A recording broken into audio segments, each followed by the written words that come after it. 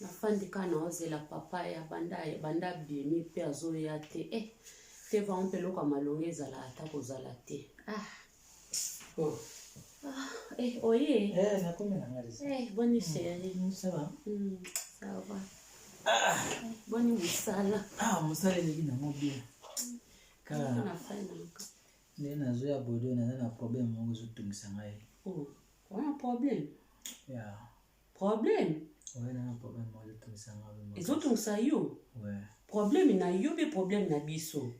eza problème na ngai chérie toza deya tobalana balobi 1 + 1 na libala egali 1 ntango yo oza na problème eza pe problème na ngai yo ke elobeka eza problème na yo eza problème na yo moko te eza loba na na problème moko ezotungisa ba makasi vraiment déjà oyebisaki nga loba problème yango eza ni eza problème na biso eza ka ya yo te ezosalaka ngo topasi mpona loba ngo bon ndenge olobi ke problème yango eza makasi eza makasi vraiment mais l'église balobaka problème eza tant yo oza un problème nga mpe naza un problème eza ya biso parce que libala toza lokwa toza team tant yo oza un problème eza mpe ya ngai chérie fo loba na nga tosala toyeba nini tokosala solution tokozwa eza problème na biso biso bata mosusu tokozwa na problème oyebi kaka voisin moko azalaka awa Antoinette voisin na biso Antoinette wana aza na zemi na ngai aza na zemi na ngai zemi ya yo ya ngai ya lobi na ngai aza na zemi na ngai